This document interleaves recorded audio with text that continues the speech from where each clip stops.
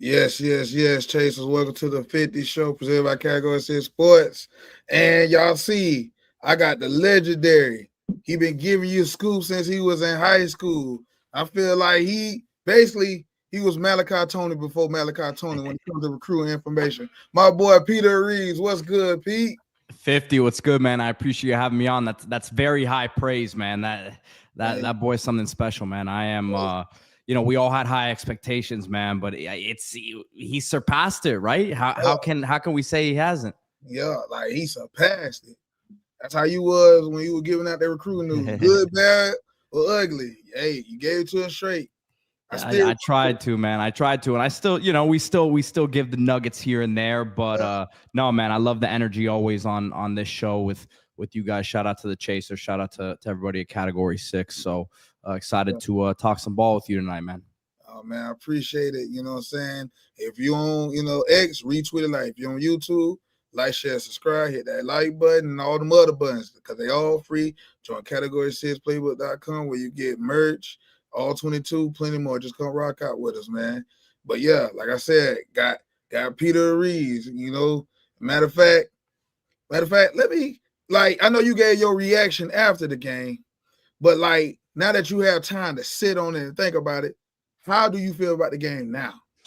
I think it was a good performance, man. I think that obviously it was not as pretty at the end there as we all would have hoped. I came away 50, and I'm sure you felt the same way. A lot of the listeners, feel the same way as well. Like obviously at 28-3, we're on top of the world. We're feeling great. But the fact that they still had somewhat of a little opportunity at the end there, it left me right after the game there. And that's what's great about these instant reactions. It's like when you're in that moment and all you can do is describe how you feel right there. Right. And I think we all felt like, man, it would have been real nice to just really, really put a pretty beating on them in terms of the scoreboard. But I think going back and watching that game again, you have to feel great about a lot of things here. There's some things to clean up. You want the offense to continue to be as extremely, as prolific as they possibly can, because yes, we understand what has happened at the end of the games here. But this team has the capabilities to do things that even last year's team did not have because of what happened on the defensive side of the ball. I think we all understood here 50 coming into the season that it wasn't going to be the number one offense in the country. Right. Like it just wasn't. But I think also after these first set of games here, we can say, hey, this is not a bad offense. We can't say that either. This offense can get points at when they've needed to at will here. Yeah. You want them to really step on some of these teams here when you get through ACC play. If they let some of these ACC teams hang around 50, then I might say, okay, it reminds me too much, even though it's not the same thing with the defenses last year.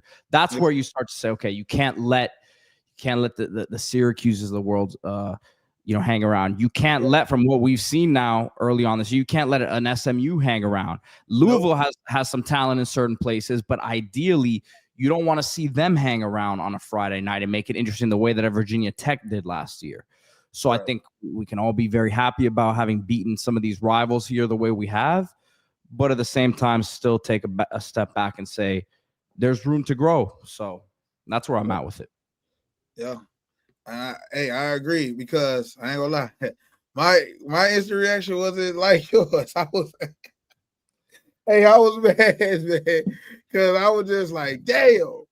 But then I had to, you know what I'm saying, because bro, you know what it is to me, 50. All this, the stuff we've seen from FSU fans on social media this week, where they still have had like a little hope about it. Yeah. I didn't even want that to be the case, man. I didn't want there to be, as a fan. That's where I was like, oh man, you kind of gave them some room to say it was only a 6-point game when it didn't look like that. But yeah, that's how I felt, man. But if you're a ball knower, you'll know year 4 and a coach in year 6, it shouldn't be like this. You know what I'm saying?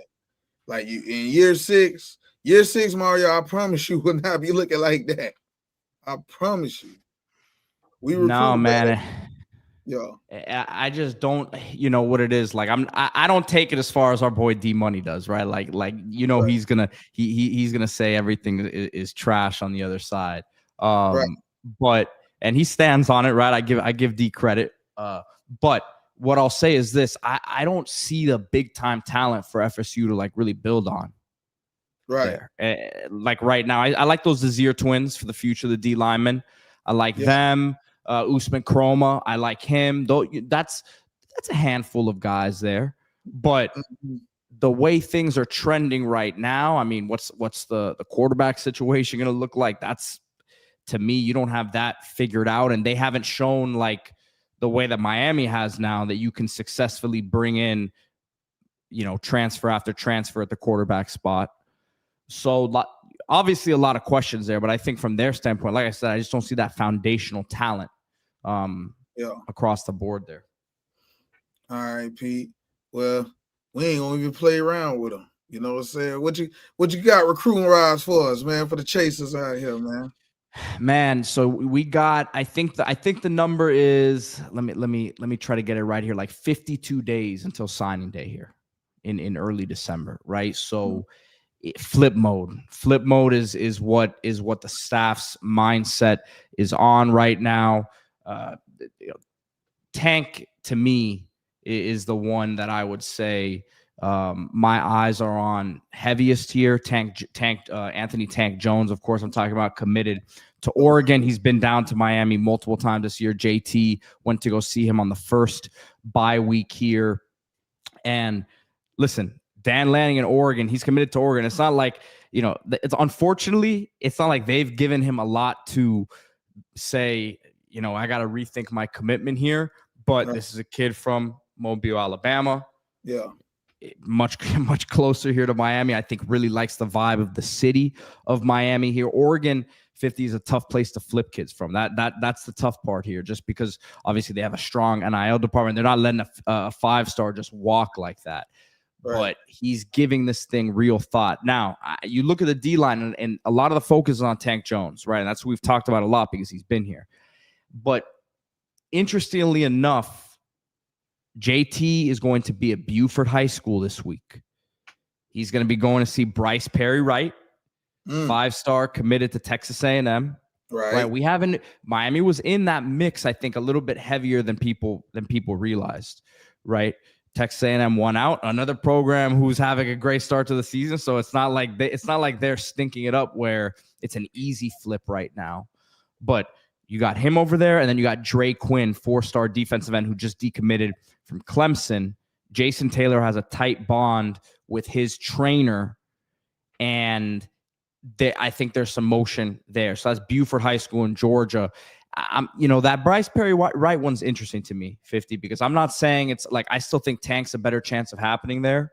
You have Nolan Wilson also committed to Alabama, who they've straightened things out a little bit too. So like, these are all marathon recruitments. This isn't Tank Jones. I would say they wanted to get it done sooner rather than later. But I think some of these other ones, James Johnson, you throw him in the mix too. Like James Johnson, obviously local Miami Northwestern D tackle, but I think that's going to be a tough one compared to maybe some of these other guys right now. Not saying they're not going to give it a go. You look at the wide receiver spot, Milan Paris.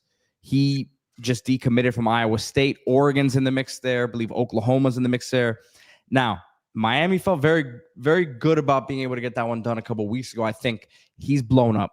He's blown up in a big way now. So I think that's going to be a bigger battle than maybe we thought, because look, you offer a kid from Iowa State, and although this is a high 4-star rated kid, this isn't like a low 3-star recruit, but you're thinking, all right, for Iowa State, all respect to them, they beat us in the Pop-Tarts Bowl last year, but like recruiting wise, you should be able to get a kid from Iowa State if you really want him. So you're thinking, all right, this could be an easy flip.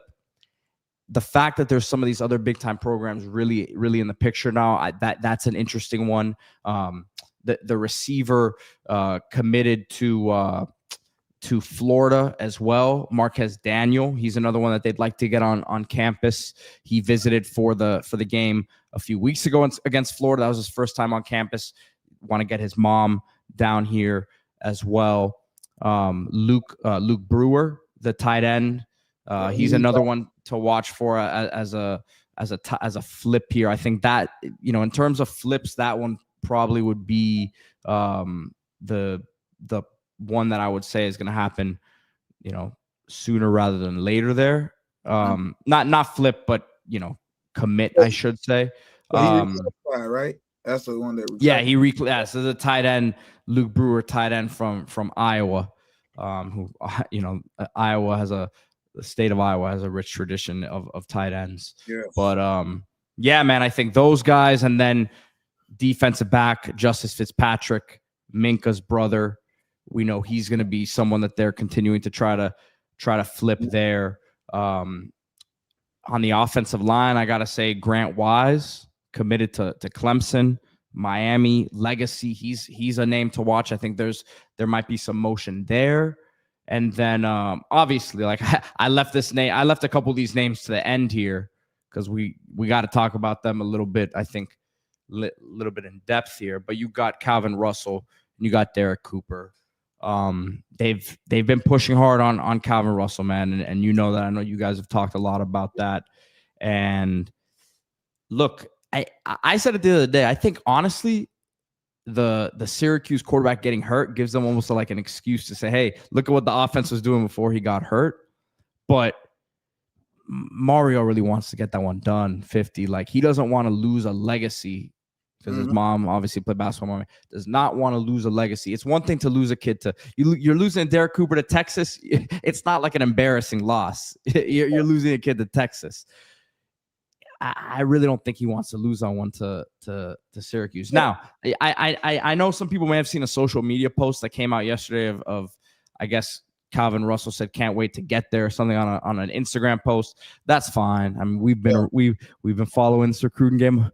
Now for me, I'm sure you're something similar, man. 15 plus years for me now. So the social media stuff, it's what is it, October 8th, man? We got 50 plus days of signing day. So there's still, I'm not reading too much into that right now. Yeah. And when it comes to Calvin Russell and Syracuse, once I saw Tallahassee happen, I knew he was coming. I ain't gonna lie to you. It's very tough. And listen, for those who are listening and watching, Malachi, Tony, and him are very close. Remember, Malachi was in that class. They grew up playing together. Like they were the ones in their classification growing up. So at the same position, they had that star power, to them, right? Like, and look, Calvin Russell, we'll see what happens year one. Like, I can't crown him the way that we've done it. With what we've seen with Malachi now. But I also think, and you know how it goes, 50. I think because the kid didn't pick Miami, some Canes fans are a little in their feelings about the player. And I think we have to understand. Let's separate the decision he made from what the prospect is. He's not a finished product. But you're gonna tell me that you got a coordinated 6'5" wide receiver, long strides. When I talk about coordination, I understand he wants to play basketball at the next level. Whether or not he's a high impact player at the next level, whether he's a role player, we'll see what happens. But bottom line is the dude can play. He can hoop, right? And he's a rebound. He can rebound like he can get to the rack, and he's got the upside at wide receiver that is a very intriguing thing, man. I don't want to write the kid off because he's not a finished product yet, right? And he didn't choose Miami initially here. So I think he's a better player than some people have kind of said here the last, part of the season. And this is my opinion here. And I think I think once he gets to that next level, man, it's almost been easy for him in a sense. Like, he's been the guy since he's a freshman, right? Like, he's been that dude. He's been anointed as that 5-star. And I'm not saying he's taking anything away from him, but I'm saying, like, once he gets to that next level, I think it'll unlock that beast in him. So I'm with you, man.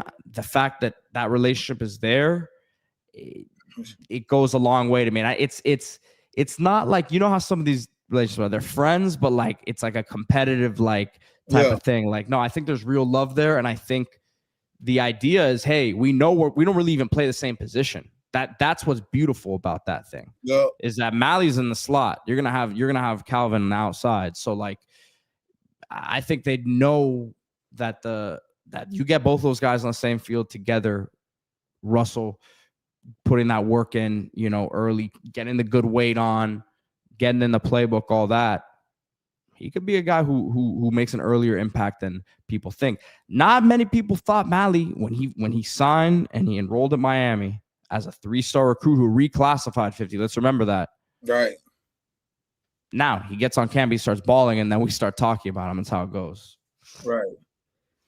I'm not gonna lie to you though, Pete. When I was happy he came back because I just knew he was gonna take a spot. I knew it. Now, did I see that speed that I saw in Florida State game? No, I ain't never. I went rewatched this high school tape. I'm like, yeah, I see him pull a weight on some players, but not like that. Mm-mm. Bro, he looks like and we talked about this on the show the other day. It looks like he's gotten faster, and I think part of it is the kid just turned 18 years old, so like his body's still developing. Like part of speed is strength. Like right. It's not always like, oh yeah, you're in the weight room, you're getting bulky or you're gonna get slower. Like a lot of this quick twitch stuff is work. You can work on some of this stuff. I'm not saying a guy who's who's always been doing the same thing is gonna get faster overnight, but like he's growing into his body, and his dad was fat. His dad was a speed guy, right? So D said it the other day too, and I agree with it. And I think there's people in the building who are like, man, like I didn't realize it was this fast, but this is also what happens when, we've said it. We've said, like, me and D have, when I say we, like, and I don't want to put words in your mouth, but like we were like, yeah, he's not going to be a guy who's really a deep threat. And obviously he did a lot of stuff after the catch, but at the same time, we saw him get over the top there. Hey, and man, what throws, right? Like, yeah, that's another thing. Deep. I'm glad you said that, because when it comes to deep ball throwing, hands down, Beck is like number one I done seen in a long time since what? Stephen Morris? Like, I'm trying to think. Like, there's great deep ball throw. I mean, even that clown TVD could do it somewhat. But damn, I didn't realize this. Jacoby in the comments says, I didn't realize that Antonio Howard, that was Speedy Howard, right? I didn't realize that was his brother, man. So 4-2 also. Yeah, wow. That's speed, man. That's speed. Man, that's crazy. I'm out here. Pete done got me, man. Chasers ain't forget about you. You just know when Pete giving out that game, you know what I'm saying? I gotta listen, you know what I'm saying? No, man. Malachi before Malachi, y'all. This Malachi before Malachi, you know? No, man, and really you gotta be I'm so impressed. I know most people are with how he's handled himself, like in the media and all that stuff. Like it's super impressive. We've been watching a lot of this stuff for years, and you see guys who were here for 4 or 5 years who don't have that presence in front of the microphone, in front of the camera. So it's impressive stuff. Yeah. And like you said, the deep ball, like everything that just been going on, like with this team, is like we are a well-balanced team. Like everything, like from the defense to the offense to even the special teams. I even like what we doing on special teams. Like usually I'd be like, damn, man. Well, like we usually mess up like hell. Last year, that special teams wasn't really that good. You know what I'm saying? Like you saw some bad things. We gave up kick return touchdowns, all types of stuff. So like two of them. Well, and remember that first game against Notre Dame, you had the snap and hold issue. So it was nice that I'm thinking, man, happened in first game. You don't want that to get in their head. You know how that goes. Like it become a mental sort of thing. And then they've gotten it together, man. They've got and I see Bleed MIA Sports saying in the comments, he said special teams got some thumpers. Mm-hmm. That to me has been the biggest thing. 50 is just but that comes with the depth of the team. Like the fact that you got a Dylan, how about Dylan Day, man? Like it's fun to watch him out there, and it makes you excited. It's like, man, obviously the top three guys have been so good but Dylan Day, he had a couple sticks against Notre Dame. He might have had a penalty. Was it against Notre Dame? He might have gotten a penalty in that game too. But he's sticking, man. He's sticking. Yeah. So he's one of those guys when you talk about like building out this roster and really having some depth across the board. You're excited about him moving forward. Yeah, you definitely are. But with that being said, Pete, let's get to a commercial break. Let's do it. Yo, what's good, Chasers? It's your boy 50, and we are proud to announce that we are sponsored with MyBookie, man. Yes, MyBookie, a great gambling site where you can bet anywhere, anytime, or any place, hell. And you get a 50% matchup up to $1,000 plus a $10 casino chip with this promo code, CAT, the number 6. CAT6. Yes, that's the code. CAT, the number 6. And y'all make sure y'all gamble responsibly. Yeah, y'all go get that for real. Yes, man. Shout out to MyBookie for sponsoring this video. You know what I'm saying? The code is in the description, CAT, the number 6, and everything, man. But what I'm here, I got Pete with me. And you know what I'm saying? With Peter here, the Malachi before Malachi, he giving y'all that sauce. So y'all make sure y'all hit that like button, hit that subscribe button, because all them buttons is free. Join category6playbook.com where you get merch, data-driven sports picks, all types of things. Just come rock out with us. And another thing I want to ask you, before I leave off on the recruit news, what's the deal with Jason Lopez?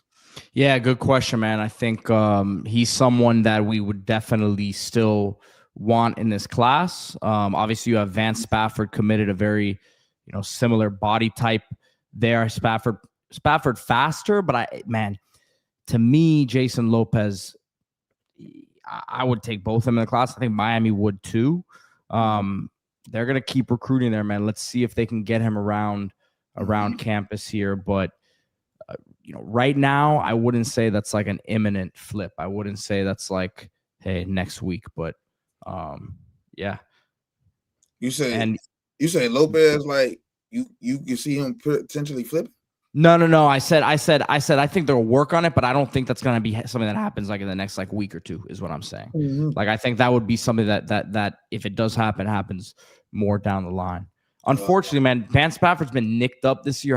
He's played a little bit, but hasn't played all that much. So, I would have loved to have seen what his his senior film looks like. Consistently there, but he hasn't played all that much this year. So, okay. And all right, so got some questions for you. First thing first is, let me get this right. Okay, here it is. Who would you like to see Miami play in the ACC championship game, and why? Man, I would love to see Georgia Tech 50, and I think you look at some of these contenders here in the ACC. Duke is in play, obviously. I think that, to me, Georgia Tech, the ACC is not great. We understand that, but Georgia Tech probably gives you the closest thing that you'd see in the playoffs in terms of what some of these lines of scrimmage are going to look more like. Obviously, you have the revenge factor. Right. That's also a nice part of it. But I think it's a nice test for Miami before you get to the playoffs. Now it's those teams play physical. So like on our show today, someone asked us like, hey, who do you want to see? Like, I want to see Miami play Ohio State in the playoffs, Georgia, like all these teams in the revenge tour. That's what one of the commenters said. And I'm like, man, that's a nice hypothetical, but that's a pretty tough lineup there. I would like to play some of the lower level teams there in the playoffs, but I think Georgia Tech. So like Georgia Tech, I think in that aspect would be a tough physical matchup. But that Haynes King, man, I think it gives you a real test because he's such a tough quarterback. He's a little unorthodox, right? He's not the most prolific thrower, but it's tough to bring him down. He moves the chains. and he just knows how to win games when you get in some of those tight ball games. All right. And you want to know something? I'm kind of glad you said Georgia Tech because I actually agree. That's who I want to play. I want revenge. Plus, I feel like we're matching that physicality this time, like more than ever. Like, and I ain't not just on one side, we're doing it on both sides. On both. Like both. Like Bain will kill Haynes King. That's where I'm at with it. Like, I know he's ready to get him. Mesidor ready to get him. Jacoby Thomas. Teray, how about Teray? You know Teray would want to get a lick all on these him. guys ready to get him. Like, so yeah, hands down Georgia Tech. But another thing, man, because you had gave me recruiting news. Let the chasers know where they could get more of this, because they got to know about the works and the work. Yeah, man. So I got the Discord, man. So go check out the Discord. I got the link in my Twitter page there. So go check it out, man. I drop a lot of and I know you're on there, 50. You got a lot of little nuggets that end up coming out, a couple days later and stuff like that. So go check out the work Discord, man. Appreciate that drop there for it. So yeah, man, you're right though. When it comes to Georgia Tech, like they want to play kind of similar to, Brent Key, him and Mario have worked together in the past. Mm-hmm. He has a similar, mindset in terms of building it out that way. And like, they're not going to be wowed by, they're not going to be wowed by it because they, in their minds, the last couple of years, they've handled the business, right? And we know what happened a couple of years ago, right? But so there was some luck, we'll call it, involved. But I think that they will still try to stick to that sort of game plan. So to me, that would be a nice one to get you kind of mentally in that mindset before you hit the playoffs. Knock on wood here, right? We do this every year, but yeah, no, it certainly feels a little different in that respect, man. Yeah, and they like you said, they're a great test. They high key a giant killer, and with that, they just remind you of one of them teams that you be like, they ain't supposed to be here, but somehow they find a way to get that win. They know how to win them ugly games, and they do it every year. Like it's like clockwork, and to the point where I'm like, I'm surprised Brent Key ain't up for some of these bigger jobs. Well, and he's a Georgia Tech alum, so that's a pretty good job for him. Georgia Tech, the school is very, and I've had some buddies who went there and are big fans, and like it's very very tough academic school, man, very restrictive. So like if guys don't want to do it, it's an engineering school. So if guys don't want, if they don't want to be engineers, it's tough in terms of recruiting. But you got so much talent in that, the greater Atlanta area there. You should be able to get some good talent in there. The other thing I'll say is this too: they always play Georgia that last game of the year there before the thing. So like, if everything plays out the way that we are talking about here, you see them the week before against Georgia, and okay, this is what they look like against Georgia. They play Miami the next week. Who knows, man? This could all factor into the seeding equation. And I'm not gonna lie, they could beat Georgia. They could beat. I'm not saying they couldn't, man. I agree with you. I completely agree. So you see what I'm saying here? Like you get to that point, and if because at that point they would be done with ACC play. We would pretty much know who's locked into the ACC championship. And you get Miami and them, and then you say, hey, they just beat Georgia, or they just played Georgia tough like they did last year when Carson and Carson wants to play Georgia Tech again. He doesn't like Georgia Tech very much. No, he don't. So yeah, man, I think for all of those reasons, it would be the most intriguing matchup to me. You already are going to get SMU in the season. Manny, he's a small fry to me at this point. I don't even worry about him and Duke. I know they've gotten things together here, but they don't matter. Right. Yeah. They're not a threat to me. Yeah, I don't see him as a threat. Yeah. I don't even know why guys even like him in the fan base. Like, please go to Duke if you still rocking with him. But that's a whole nother story. Yeah. Now, I got another question for you. We made the Natty title. Who would you want to play and why? Man, you know, I've been going back and forth on this between Ohio State and Oregon. I think because I'm just like, I don't know. When I think about this, I kind of close my eyes, right? And I'm kind of like, I want to see what it would look like on the field, right? And something about Oregon against Miami. For Oregon, who's still been looking for that national title, you have the storyline of Mario having left there. So like it would just be the storyline of like, yeah, Mario left. You guys were pissed off about it, but it worked out for everybody. Oregon's still looking for their first. Miami wanting one, and I just think like just visually, it would be the jerseys. It would look like a pretty matchup. Now, for me, who from my youth still remembers and has the very haunting memories of Ohio State national championship.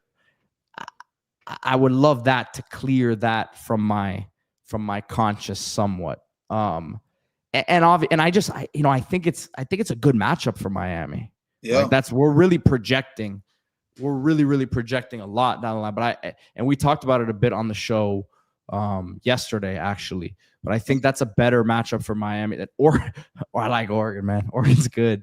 Oregon's got some dudes, and I'm a big Dante Moore guy. I think he's pretty good. Yeah, Sand's okay. Sand's all right. Like he's not trash to me. I think he's a good quarterback, but Dante Moore can make some plays out there that Sand just isn't making. Right. I say this for me is Ohio State. I look at some of the players like Arvell Reese and the D-line Curry, and I see Caleb Downs.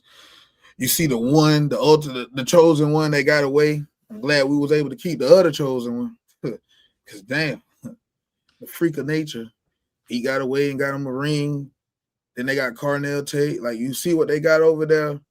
And it just like you said, I kind of want to make this a Lakers Celtics things of college football. Like yeah, we play each other in the natty, and we win more than they ever win. That's what I want to do. That's what I want to do. And it's not just, you're right, because it's not just the thing about it is it's not just the one game.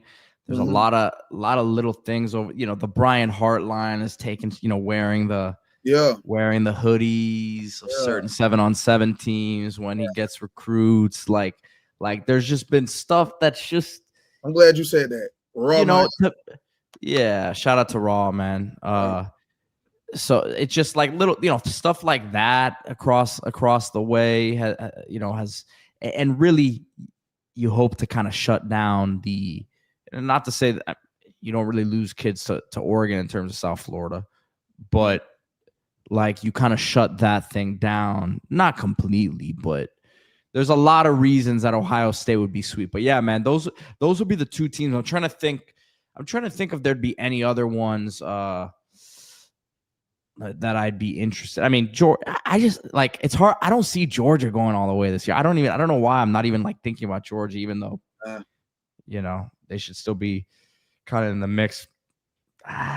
Man, it's got to be one of those two, right? And I know it's those are the top three teams in the country we're talking about here. So it's like maybe we're cheating a little bit, but like I don't know. I'm looking at it and I'm trying to think of like a dark horse one that I would be interested in. Texas Tech.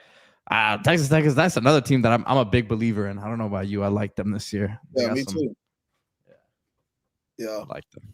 Yeah, I like them because I feel like they low key did what we did.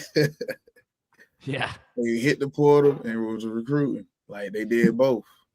I think that it's just, man, it's hard for me to sift through. Like I'm looking through these SEC teams and I'm like, which ones are gonna pop up? You got Oklahoma, Texas A&M, Ole Miss, all there, kind of bunched up in the middle there. But then like you still have Tennessee at 4-1 lurking. You still have LSU at 4-1, and I think like people have written them off because they've lost. You have Missouri at 5-0. Like, what about this one? 50. I got another one for you. How about that Notre Dame rematch? How about they run the table the rest of the way? That might be a nice one because. That might be a nice one because guess what? You know what the storyline. Let's close our eyes here. let's say Miami maybe drops one along the way and they rebound and they go all the way, or they're undefeated at that point. You got Miami playing for an undefeated national championship 16-0 season against Notre Dame, who's going to go into that game feeling like, and you know what the storyline is going to be there. Oh, CJ Carr played in his first game. It's a completely different quarterback. We're a completely different team. We played you, and with that, the championship's a Hard Rock, right? So they'd have to play us here again. That would be funny. But I'm just thinking like in a hypothetical world, I see Juan Manuel saying, shout out to Maiden Dade. Appreciate your support here. But I see Juan Manuel saying Notre Dame may not make the playoffs. I agree with that. But 50, if they run the table, they're making the playoffs. You know they're not going to keep them out of that thing. They're going to say, man, this is the hottest team. And you know what they're going to say, the hottest team in college football, this and that. And listen, I don't disagree with it. I still think they are one of the 12 best teams right now based on what I've seen. But that would be a good one. The matchup would be nice there. That tactical battle, considering they played each other once, to do it again would be great. And I would love to play them again. But man, I want Ohio State. But bro, playing Notre Dame, I know either way you play Notre Dame or Ohio State, it's gonna do numbers. Because I look at it, when we play Ohio State, man, they just gonna keep replaying that natty game. And I feel like I know our players gonna get tired of that shit. So it's just gonna come in pissed off. And I know them boys ain't backing down. That's one thing you gotta get Ohio State. Them boys never backing down. They didn't back down back then. They ain't backing down now. But now we matching physicality. That's what I see. Yeah, we didn't have the dudes like they had across the board, man. Yeah. Now we got them now. Yeah, like that back then when they got us, it was like Buster Douglas versus Mike Tyson. Now it's on some, we know who you are now. What's good? You know what I'm saying? Like it's no more faking the funk. It's no more, you know what I'm saying? I'm a sheep, but I'm really a wolf. Nah, none of that. We know who you are. You know what I'm saying? Yeah. So it ain't gonna be no surprise. Now this is an interesting one. What my boy Trent Wu say. Thanks for coming and subscribing. He say Miami versus Oklahoma would be fun. Yes, it would. Yeah. Just off the history. That's another one where I was like looking at though, and I was like, man, like I can't. It's hard for me to project Oklahoma going undefeated. But what I will say is that would be a very nice matchup. Mateer against that defense, man. Yeah, man. And shout out to Kane forever for coming and subscribing. Talking about hit that like button. It's free. Yep. And you see, gonna let you know he a member. And my boy Juan Manuel say P and 50. Have the Canes exceeded your expectation? Have they? I'm not gonna lie. They definitely have. Like I ain't gonna lie. I had us undefeated around this time. I don't care what nobody say. Oh, you biased. Well, I was right. You know what I'm saying? Yeah. But the way they look, I knew the defense was gonna be good. But man, this is special, Pete. Yeah, the defense, I agree. I think the defense has been even better than I thought. Yeah. To say they've exceeded expectations, I don't know, man. I had them at 11-1 was my official prediction. Mm-hmm. And I agree with you. I had them running the table here, and I had them, and that was my official prediction. I say they run the table here and they drop a random AC game. I've since changed that prediction because I'm having a very tough time seeing who they lose to right now, and that's not me being cocky. I'm just like, it's gonna take a game 50 where both sides of the ball are completely off. Like the team just sleepwalks into a game, and this is one of the things I say about Mario a lot. Say what you want about him, about certain things, right? Mm-hmm. But you cannot, and people, you know what? People will even get on for, even though we know he's a heck of a recruiter. People will say, well, he's recruiting classes. We want top 5 recruiting classes. What you can't knock on him is the work ethic. He's a worker. And he's not a talker. He's not on social media, right? So he's a worker. Mm-hmm. And his teams come ready to play 50. Like, it's very hard for me to point to a time in the last 2 years now, once he's had a bulk of his guys in there, to where they've come out and laid an egg, really. Right. Now they've gotten into games and then stuff haven't gotten their way, but like it's not like you've gotten there like, man, where is this team? Defensively last year, we know that was a whole different story. But you got to, both sides of the ball got to come out completely sleepwalking for them to drop one of these games. I really think you're going to pretty much be double digit type favorites the rest of the way. Right. Right. And it just, man, how can I say this? Because I just saw this comment that it threw me off real quick, because it was like revenge in the HC versus Georgia Tech, revenge in the Natty versus Ohio State. How sweet it is, Jackie Gleason voice. So it caught me off guard. Hey, man, and how about, along the way, man, there could be some interesting matchups along the way. Indiana's in that mix too. Yeah. Little Fernando Mendoza matchup again, man. Yeah. I like that team. I ain't gonna lie, Pete, because I love that kid. But I'm basically gonna be Nino Brown holding the pistol. I hate I got to do it to you, kid. I hate I got to do it to you because I love you. Yeah. Yeah. No, he's been good, man. I like that. I like that Indiana team. Signetti, heck of a coach. Yeah. But no, man, that's good. They're another one that like I think they've got Oregon and they've got Penn State, both away games. You split one of those and win, and obviously, again, we're taking a lot of leaps here this evening. So we're talking about like them even winning out, splitting one of those and winning out. But I think they're in a solid position.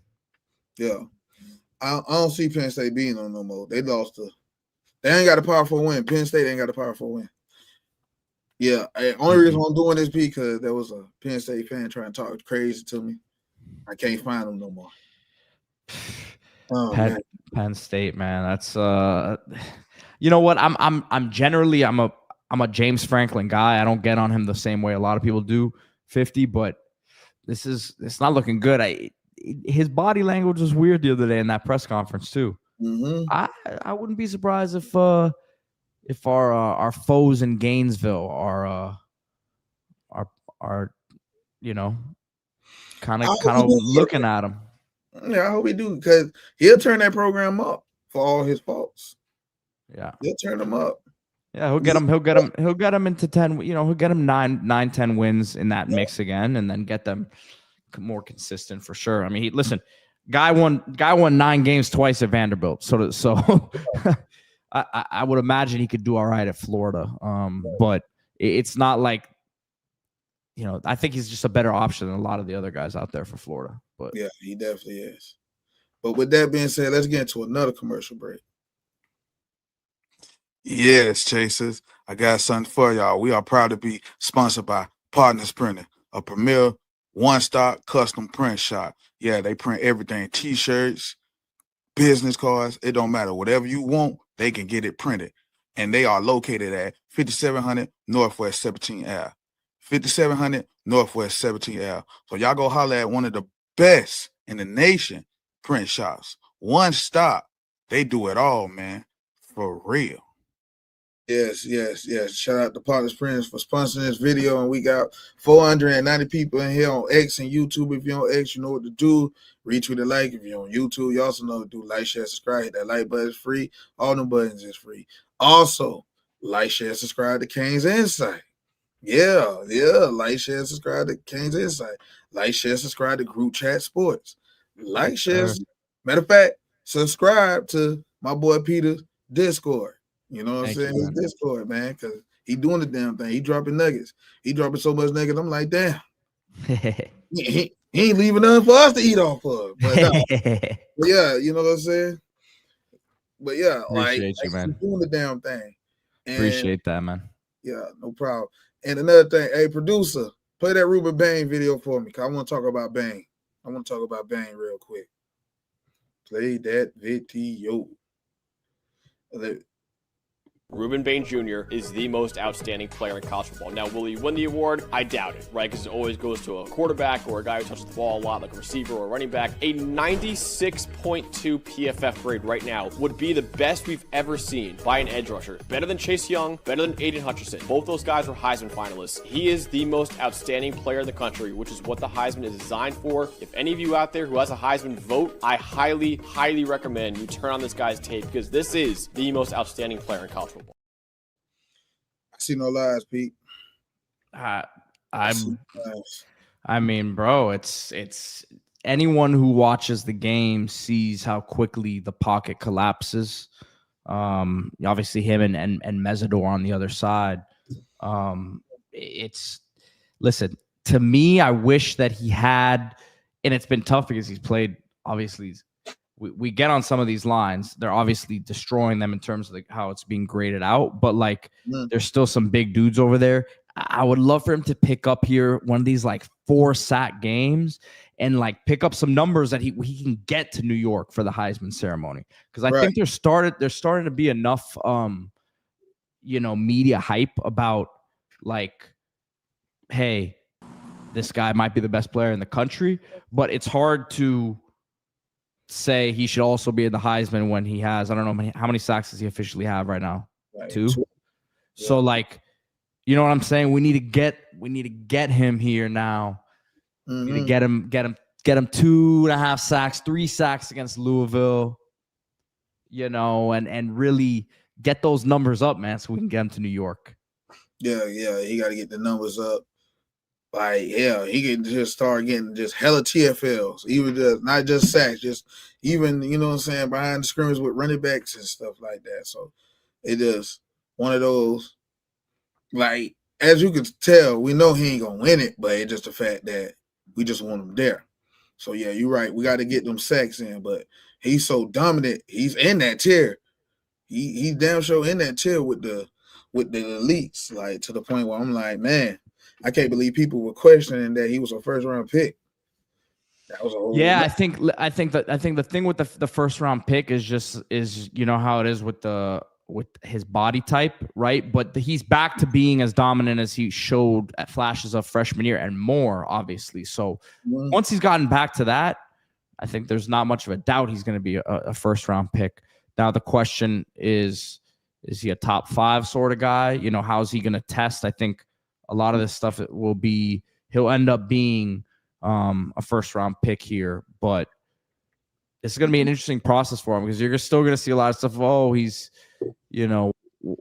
what's he going to run? And we understand he's not going to be some of these freaks that have come out the last few years. He's a freak in a different sort of way with his power, right? And the strength that he plays with, and he's explosive in that way. But he's not going to line up and run a low 4.5 or anything like that. So, listen, his impact is the pressures, as we're talking about. It's more than sacks, but no, he's going to be a first rounder now. Well, it's great. Well, the blessing for him is that he's so far he ain't got to do all that running the 40 and all that stuff. Cut the tape on. This ain't one of those situations where he got to run the 40. So, right. Yeah, I would not listen. Learn from your teammates of the past mistakes, man. There's no need, my brother Bane. Do not do it. But if you want to do it, and you want to be a Dolphin that bad, yeah, right. You want to be a Dolphin that bad, be my guest. Oh man! Now another player, we talk about him, but we got to talk about him some more. And that's the guy, the man who been the commander-in-chief right now, my boy, Carson Beck. Beck off the play fake. Launches downfield for a second time, and it's caught by C.J. Daniels.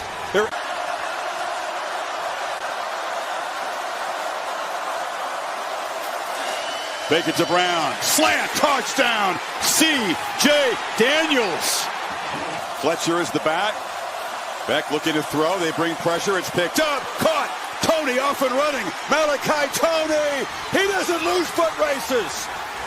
Another streak of 8 completions snapped with that completion there. Daniels in traffic. CJ Daniels dives for the end zone, and Miami, big time flex on the road. Flanking back. And it's a flea flicker. Back, launches downfield. Tony's out there.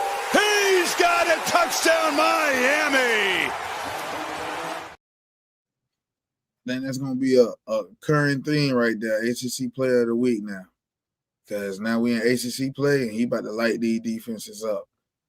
The film is out there now, Pete. How you feel? It looks effortless, man. Some of those deep balls, like it doesn't look like he has to do too much, man. It just comes off his hands so effortlessly. Almost I said it almost looks like those Russell Wilson moon balls almost. Yeah. So, man, I think that we heard so much great stuff in camp about him, and obviously, like it's one thing to say that you have great practices, but it's also nice to see that after some of the stuff that everyone was talking about in the first few weeks with, hey, what happened there in the Florida game? Was his arm dead? Was there an injury? That hopefully that was all rain related, because what we saw against Florida State was something way different. Yeah. And it's like, since we own that, it's like, and the fact that picture of the ACC QBs for me of the week, cut where he on rank for me, producer, like put that picture up there for me. Because man, it's one of those where, yeah, and he talked like I see Mensa, Chandler Morris, your boy CJ Bailey and Haynes King, but like you said, it's effortless. And when we play teams like Georgia Tech, hell, NC State, they on the menu. I don't see them stopping us either. I seen their defense. They giving it up, Pete. So I'm just looking at this and I'm just like, man, it's about to be serious, because he done seen some pretty good defenses in Florida. Florida State, I feel like they were fool's gold. They got exposed against Virginia. Notre Dame defense, all right, they ain't really good. Yeah, shockingly, USF defense is straight, but we lit their ass up. So I'm just looking at this and I'm just like, yeah, this is going to be, like I said, I don't know if you were here, Pete. You couldn't see the show, but I had to let the Chasers and everybody know that, yeah, we about to turn the ACC into the Big East. It just is what it is. It's getting real nostalgic. It's the Big East now. They wanted to make jokes about the Big East. Well, here it is. Y'all the Big East now. You know what I'm saying? Y'all about to look like, hey, Pitt know what time it is. So, yeah, we about to show them. Yeah, I agree, man. It's I think he's about to put some numbers up now on this run. I think he's gonna really add to his Heisman resume, which, you know, I believe he's the favorite right now with Dante Moore, and my only, I think he's got to you know, pad some stats here, but I think the only negative is that he's not gonna have, it doesn't look like a crazy matchup here down the stretch in terms of having a Heisman moment of like another top 10 matchup here down the stretch and like doing something there. But if Miami runs a table and goes undefeated and he continues on this trajectory, I mean, it would be very hard to say that the best player on the undefeated, I don't know if anyone else would be undefeated at that point, obviously, but best player, we know how this goes. Yes, Ruben Bain might be the best player, but I should say that the quarterback, the offensive best player, because that's what this award is. Right. And it would be hard to say that he's not in, you know, one of the top two there. So I think Dante Moore may have some moments here down the stretch. The rest of the year, maybe he has some more opportunities in some ranked matchups. But I like, you know what I think is helping Beck too, because you know how so much of this is it's like a media narrative. Right. I think the media narrative has almost started to flip in Beck's favor. Yeah. So I think there's a good story behind it. Like there was obviously with Travis Hunter playing both ways. I see Joe says it doesn't matter if Beck has another top 10 matchup. Oregon only has Indiana. That's it. if they play in the that Big Ten championship will be another would be another big time matchup there. I mean, but hey, who's to say Miami Georgia Tech couldn't be a big matchup there? Georgia Tech handle business against Georgia. Yeah. So I'm kind of speaking out of both sides of my mouth there because that could be the case too. But yeah, I do think the media has been pretty kind to Miami this last week. 50, Handsome says too. There's a lot of people that are saying, "Hey, Miami deserves to be number one right now in the media." Right, and hey, I mean, matter of fact, speaking of that, post that picture of the resume. Back that up, producer. Post that picture of the resume. Cause I saw a picture. I see you got it, and there it is. Okay, yeah. And you see that we got 3 of them babies. They got 0. You know what I'm saying? You see the rest, 15, first, second. Like we dominating in all the categories against Ohio State. So yeah, we practicing against the best. And we also playing against the best. Sound like a recipe for, hey, man, we should be number one. How you feel, Pete? Yeah, I mean, that shows you we don't need to do much. We don't need to do much analysis of it. I think obviously the interesting thing would be if we played today, what would the spread be on a neutral site? I would be interested to see what that number would look like. Yeah. I have no idea, man. I think Ohio State would still probably be favored by maybe 2 or 3 points. But yeah, the resume speaks for itself. Miami should be number one based on what's happened this year, right? Like that's to me, there's not much to debate there based on what on who's played who, but whether or not Miami would be favored against an Oregon or an Ohio State on a neutral site, I don't know that. Right. Playing time says 10 points. Maybe 3 points is I think 3 points might be a bit on the low end for me, but 10 points might be on the high end unless there is a futures line there. Canes Cats Heat 305. Get me a future. Get me a. I know you can get me like a hypothetical line on that, man. Canes Cats Heat 305. See if you can find that'd be an interesting thing to find. He said 2 to 5 point underdogs. That I would think it'd be closer to that. I would agree. I think 10's a lot. No lie, we 5 point underdogs. Miami money line. I ain't gonna lie. I love Miami as underdog. I love with this team. I feel like cause Beck said it. Cause I'm looking at the Heisman odds and all that. He motivated by disrespect. The team, you could tell they see all the disrespect. They locked in. Matter of fact, I ain't see Bane crack a smile at the end of that Florida State game.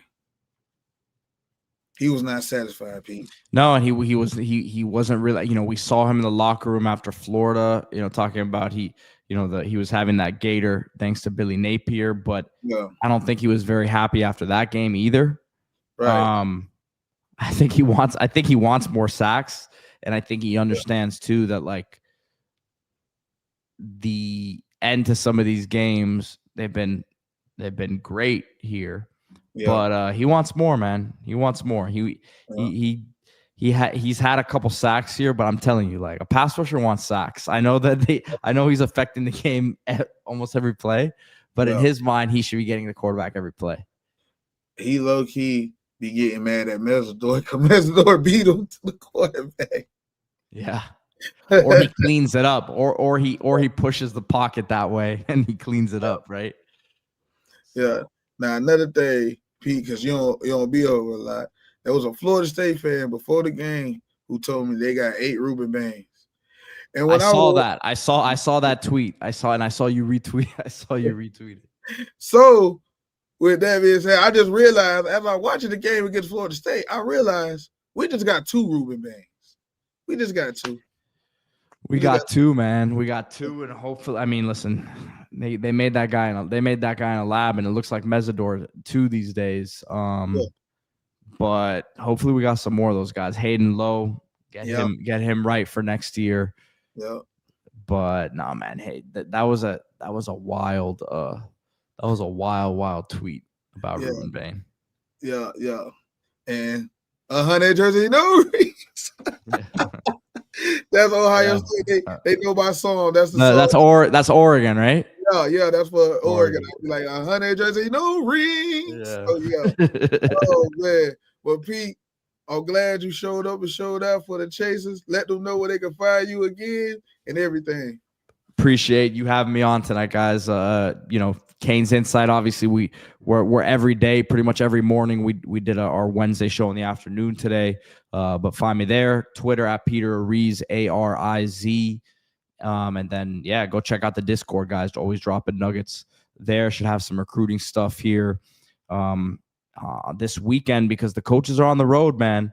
Going to see some big time prospects. So yeah, man, 50. Appreciate you having me. Shout out to the Chasers. Shout out to Category 6. Yeah. You guys go like this show, like this video, subscribe to the channel, all that. Yeah. And peace. Go Canes. Go Canes. What was it like when Miami was on top? Nico, it was an entirely